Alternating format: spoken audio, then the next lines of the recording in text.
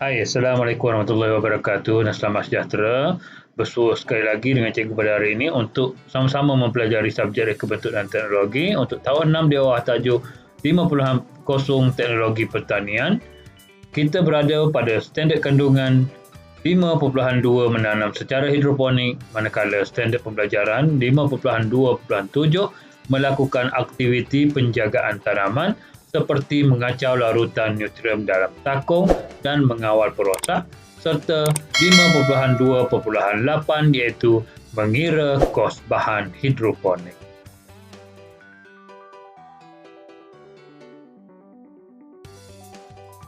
Marilah kita lihat pula apakah objektif pembelajaran dan kriteria kejayaan pada hari ini. Okey, objektif pembelajaran, pada akhir pembelajaran, murid akan dapat melakukan aktiviti penjagaan tanaman hidroponik seperti mengacau larutan nutrien dan mengawal makhluk perosak. Dan objektif yang kedua pula ialah mengira kos bahan hidroponik. Kriteria kejayaannya pula ialah murid dapat melakukan aktiviti penjagaan tanaman hidroponik dengan betul serta menghitung kos bahan hidroponik dengan tepat.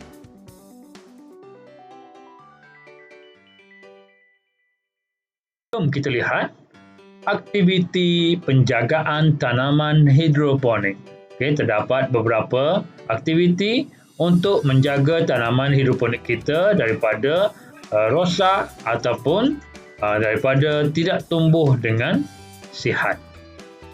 Okey, aktiviti yang pertama ialah menambahkan dan mengacau larutan nutrien di dalam takung. Okey, untuk aktiviti ini, air hendaklah ditambah sekiranya campuran atau larutan nutrien semakin berkurangan. Okay, larutan ini hendaklah dikacau setiap minggu supaya kandungan nutrien berada dalam keadaan yang sekata di setiap bahagian takung. Racun pembunuh jentik-jentik pula hendaklah dicampurkan ke dalam larutan nutrien bagi mengelakkan pembiakan nyamuk. Okay, pembiakan nyamuk juga boleh dielakkan dengan memasukkan ikan hiasan seperti ikan gapi ke dalam takung yang berisi nutrien tersebut. Aktiviti yang kedua ialah mengawal serangga perosak. Baik. Untuk aktiviti ini, serangga perosak selalu menyerang anak benih dan tanaman kita. Serangga perosak perlu dikawal dengan menggunakan perangkap atau mengutip dan memusnahkan serangga perosak tersebut. Penanaman di dalam rumah kali serangga dapat mengelakkan serangan perosak sebagaimana yang cikgu paparkan dalam gambar ini.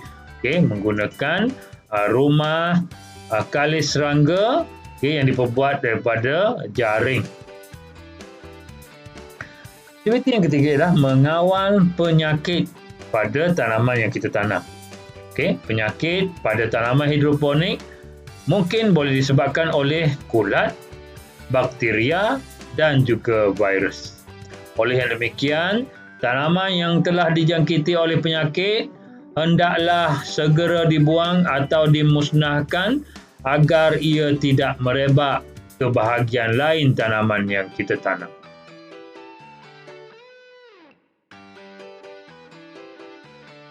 Tadi cikgu ada sebutkan serangan daripada serangga perosak yang boleh merosakkan tanaman kita. Jadi mari kita lihat contoh perosak tanaman tersebut. Di sini cikgu senaraikan beberapa serangga perosak yang berfungsi untuk merosakkan tanaman yang kita tanam. Haiwan yang pertama ialah ulat beluncas. Haiwan ini memakan daun-daun pada tanaman kita. Kemudian diikuti oleh lelabah merah, pianggang, siput, kumbang dan koya-koya. Mungkin kamu juga pernah melihat haiwan-haiwan yang lain yang pernah merosakkan tanaman yang ditanam oleh ibu bapa kamu atau kamu sendiri.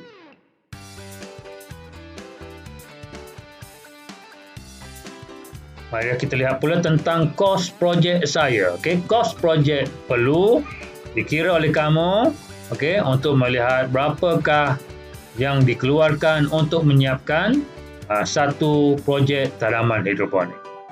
Jadi, aktiviti penanaman secara hidroponik memerlukan alatan serta bahan yang khusus untuk kita menghasilkan penanaman melalui kaedah ini tidak serupa sebagaimana kaedah secara konvensional. Jadi kita perlu menyediakan alatan dan bahan tersebut dengan membeli atau menggunakan bahan guna semula seperti botol mineral dan juga bekas-bekas terpakai. Kos yang dikeluarkan untuk menanam secara hidroponik perlu dikira. Jadi, mari kita kenal pasti alatan dan bahan yang telah digunakan dan mengira kos yang dibelanjakan untuk satu takung hidroponik. Jadi, gambar yang kita paparkan ini merupakan alatan serta bahan yang digunakan untuk satu takung hidroponik. Baik, yang pertama ialah stok A 100 ml diikuti oleh stok B 100 ml. Kemudian, penutup takung,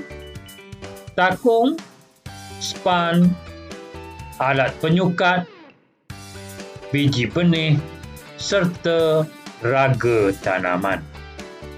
Berikut merupakan jadual anggaran kos bagi satu set hidroponik takung sebagaimana gambar di sebelah ini. Okey, jadi mari kita lihat jadual anggaran kos tersebut bagi mengetahui kos yang kita keluarkan untuk menyiapkan satu set hidroponik takung. Baik. Bahan yang pertama ialah takung. Jadi kita gunakan satu unit takung sahaja yang berharga RM20 seunit. Jadi jumlah keseluruhannya ialah RM20. Okey. Bahan yang kedua pula ialah penutup takung. Okey, kita juga gunakan satu unit penutup takung sahaja, okey, yang berharga RM10 untuk satu penutup. Jadi jumlah kos yang kita keluarkan ialah RM10. Yang ketiga pula ialah raga tanaman.